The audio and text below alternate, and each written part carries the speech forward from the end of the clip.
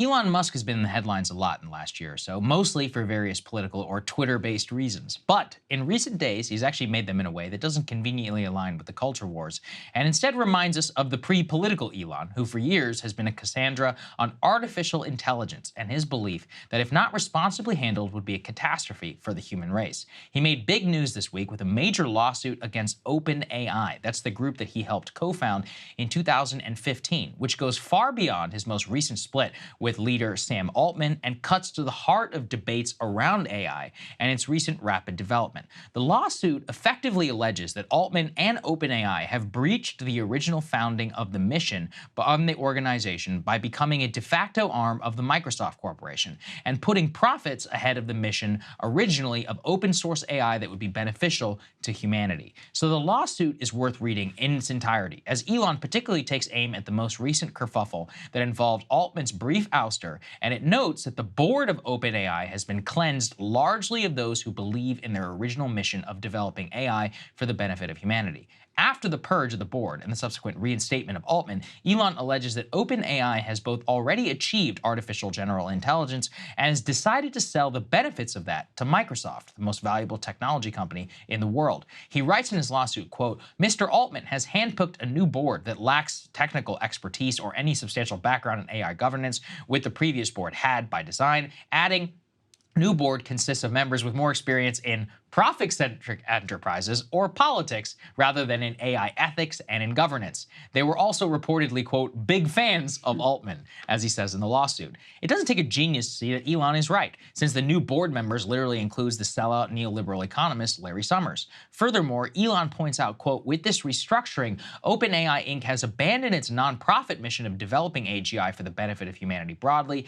thereby keeping it out of the hands of a large for-profit corporation in which vast power will be unduly concentrated." Much of the lawsuit relies on a technicality that's going to play out in court. Effectively, it boils down to whether you think OpenAI has effectively achieved so-called artificial general intelligence or not. AGI is the catch-all term of an AI that is capable of thinking for itself and for surpassing purely human control. Per Elon's telling, OpenAI's current licensing deal with Microsoft is a sham that relies on a definition where OpenAI and Microsoft have an exclusive agreement on, quote, pre-AGI technology. This so-called pre-AGI tech that Microsoft is then incorporating into its vast Office empire has boosted the valuation of OpenAI to some $80 to $100 billion and has been tremendously impactful to the Microsoft Corporation stock. A paradox that Elon's lawsuit points out is that OpenAI has a direct financial incentive to say that it has not achieved so-called AGI, because if it has, it would then instruct the board and the company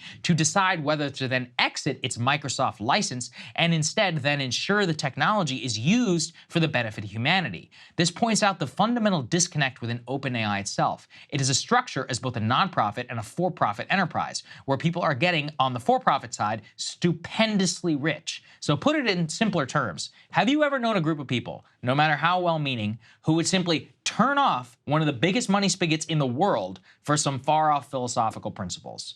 The reason that the lawsuit, in my opinion, is imperative is it actually would instruct a jury, if it proceeds that far, to rule on what exactly AGI is, taking the definition out of the hands of the creators and beneficiaries of the tech and instead establishing a new standard. The standard may sound facetious, but hundreds of billions of dollars here are on the line. More importantly, it actually puts the debate into the public realm where it belongs. The biggest problem with AI research right now is that the immense cost of R&D has monopolized much of the development in the hands of the existing big tech players, each with their own incentive to use AI for their own profitable aim and not to worry about any of the social problems.